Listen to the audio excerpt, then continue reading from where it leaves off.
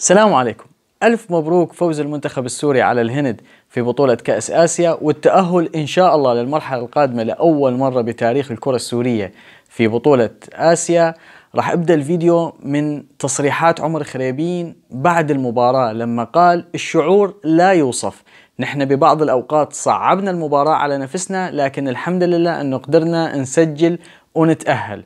وباختصار هذا الكلام هو ملخص أحداث المباراة. اللي صار بالمباراة أنه هيكتور كوبر بدأ بالتشكيلة اللي عم يبدأ فيها بالمباراتين الماضيتين، وهذا شيء يحسب له طبعا. للأمانة كوبر بهاي المباراة أدارها بشكل ممتاز ممتاز ممتاز.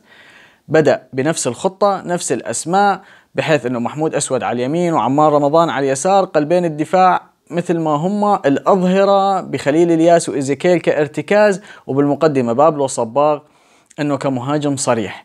اللي صار بالشوط الاول، طبعا بدنا بس نعرف شغلة: المنتخب الهندي يعني فيك تعتبره نادي من اندية الدوري السوري، يعني ضعيف جدا جدا جدا. يعني انا استغرب كيف انه مع استراليا طلع بس ب2-0 ومع اوزبكستان ب3-0.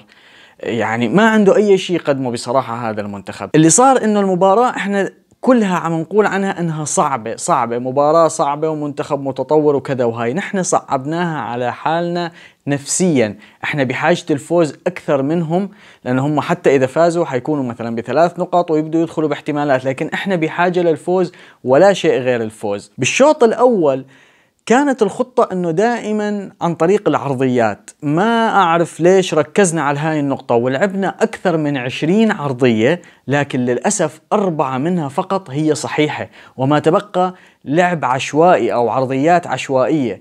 اللي صار بهاي المباراة انه عمار رمضان كان مستواه اقل من المتوقع بالمباراتين السابقتين، ممكن اجهاد، ممكن ضغط نفسي، كل هاي الامور تلعب بمباراة انت بحاجة فيها للفوز. اضافة الى انه يعني ما توفقنا ببعض اللقطات، يعني مثل رأسية بابلو الصباغ، تسديدة ابراهيم، التكملة من ايزيكيل ونرجع نسددها، كان في عندنا شوية تسرع مع عدم تركيز. انتهى الشوط الاول 0-0. دخلنا الشوط الثاني، هيكتور كوبر لأول مرة عن جد انه ارفع له القبعة واصفق له بالطريقة اللي كان يلعب فيها. بدأنا الشوط الثاني مباشرة منزل عمر خريبين، بحيث انه القائد اللي بيحتاجه الفريق بالملعب: عينكم علي، نلعب بذهنية واضحة ومنتاليتي جدا عالية، ونركز ونكون مقاتلين بأرض الملعب، احنا بدنا نفوز ولا شيء غير الفوز. ومع ذلك عمر خريبين أضاع فرصتين، وحدة أخطر من الثانية. ما أعرف، يعني ترى الفرصة اللي سجلها هي أسهل من الفرصة اللي أجته بالراس، لأنه هو كان أمام المرمى وما حدا مضايقه، يعني كان ممكن يسجلها. كوبر انتبه للأخطاء اللي كانت موجودة بالفريق، أنه سحب عمار رمضان ونزل علاء الدالي كمهاجم ثاني جنب عمر خريبين، خلى إبراهيم هيصار يلعب على اليسار، لأنه بصراحة هذا اللاعب جدا مميز. أنا جدا معجب بإبراهيم هيصار، قوته البدنية، الكتلة العضلية ما شاء الله اللي عنده واللياقة اللي بيلعب فيها، تمكنه من اللعب باليمين واليسار بشكل جيد.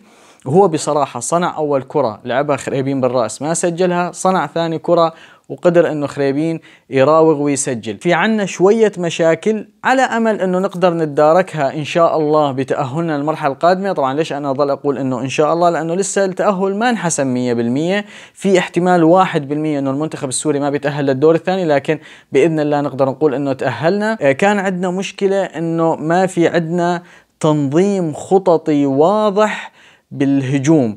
يعني مثلا لما كانت الكرة عند محمود الأسود، عبد الرحمن ويس أحيانا بيتقدم ما بيلعب له، بيروح هو بيخترق بس ما بيرجع له الكرة ولا بيلعبها مثلا بينية. خليل الياس اتأنن ببعض اللقطات.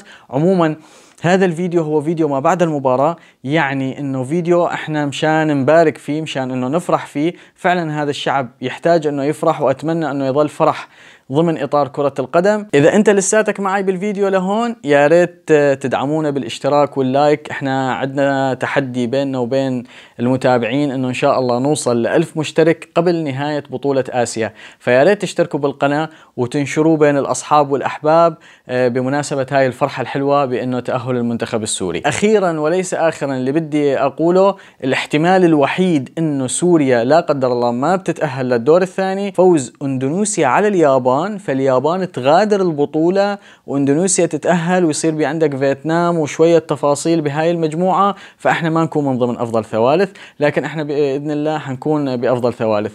نجوم المباراة برأيي الشخصي محمود الأسود كان مقاتل، يلعب بشكل جيد جدا، مراوغاته حلوة، يحتاج يشتغل شوي على العرضيات بشكل أكبر. اثنين، ثلاثي الوسط إن كانوا إيزيكيل والياس وإبراهيم كانوا رائعين. مؤيد عجان لازم تنتبه على نقطة، اللاعب الباك أو الظهير الميزة الأولى بي لازم تكون عبارة عن العرضيات، وأنت عرضياتك ليست بجيدة، يا ريت تشتغل عليها إن شاء الله وترفع راسنا بالأدوار القادمة. عمر خريبين مبروك، لكن لازم تكون عندك شوي تركيز، لأنه أحيانا بعض المباريات هي عبارة عن فرصة. حارسنا ركب طيارة حلو، غلط بوحدة الله سترنا منها، لكن أحمد مدنية جيد جدا. قلبين الدفاع كانوا جيدين، ما تعرضنا لكثير من الهجمات، لكن أثبتوا نفسهم أساسا بالمباريات الماضية. ما حطول عليكم أكثر بالفيديو، نشوفكم إن شاء الله بفيديوهات جاية ببطولة آسيا. كان معكم محمد علي من الكرة والجمهور، والسلام عليكم ورحمة الله وبركاته.